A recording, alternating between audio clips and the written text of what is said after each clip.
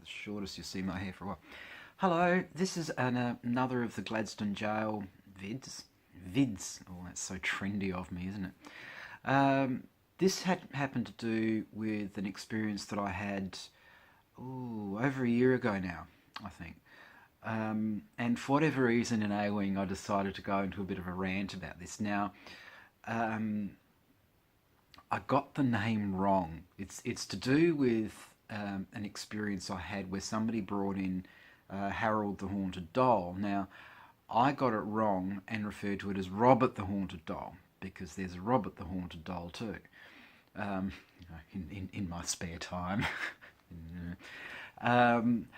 You've got Annabelle, there's a few of them out there, but this one actually was Harold, and this woman brought him in, and well, I'll let me in A-Wing, complete with echo.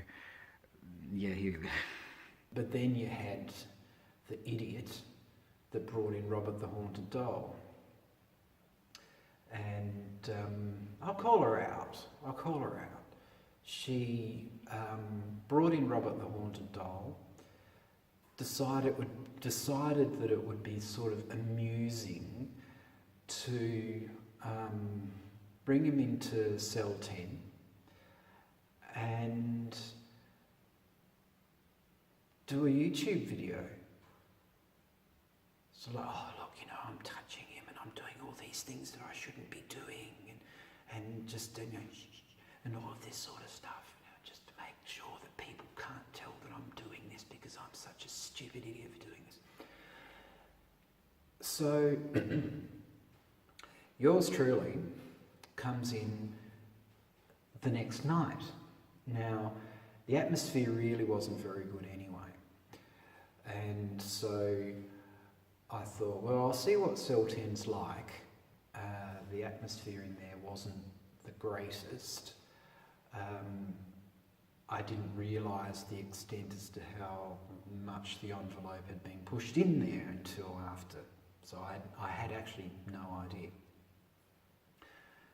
So went in there, did a ghost box session in there. I don't think I've listened back to that. There are some that I just don't or won't listen back to. That's one. Cell 14 is another one. Some of them I just don't want to listen back to. Didn't listen back to that one.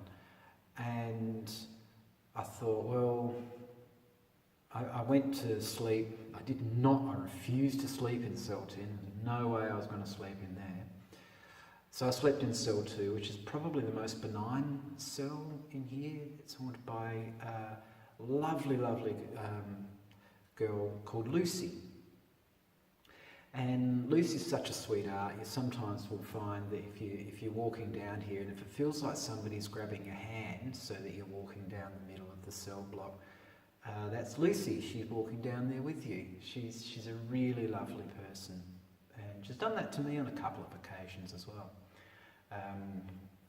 I'm just sort of walking along, and it really does. It just feels like someone's just wrapped their hands around yours. Really nice feeling. So I slept in there, and probably had one of the worst nightmares I have had in a long time. Now, generally, I don't have nightmares. I just don't have them. I say that, and I probably will have one tonight, but I just generally don't have them. But the one that I had in here, in such a benign cell as cell 2, showed just how bad the influence and the effect of this haunted doll had on the place. Basically, I was having to fight off this person who was literally like this. I was on my back, I was literally like this, and I'm having to fight him off. And the description I gave of him, this particular man, was one of the owners of this particular doll, because particular seems to be the particular word. So yeah, he happened to be the owner of this doll. I had no idea. I didn't know what he looked like or anything like that, but that's who he looked like.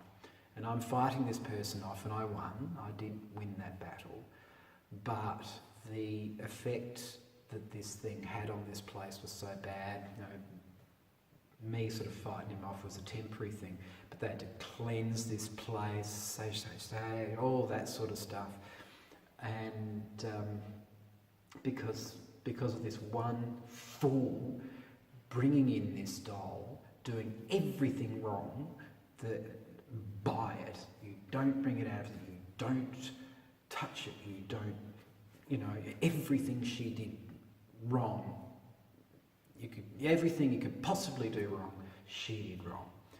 And I'm quite happy to say that. Because I'm the one that had to put up with the consequences of her stupidity after that.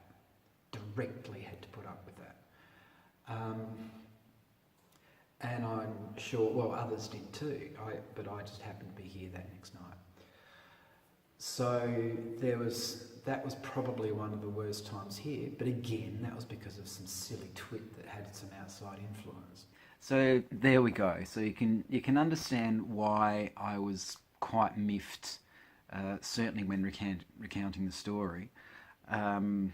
Story always kind of infers fiction, but for me. But it was a true story. That was a horrible experience, that.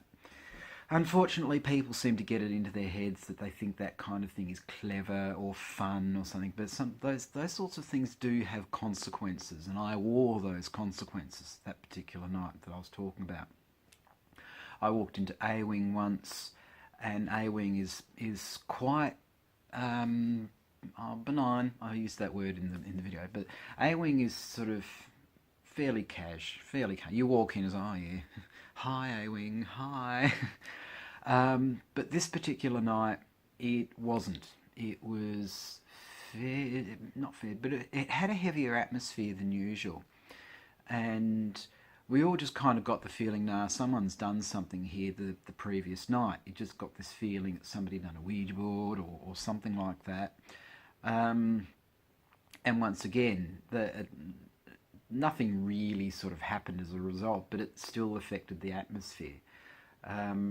But I know you're not going to stop people from doing it, but actions have consequences, and I put up with the consequences that particular night. But anyway, that's what happened, and I think that's everything on that. So I'll trundle off. I'll trundle off into the ether,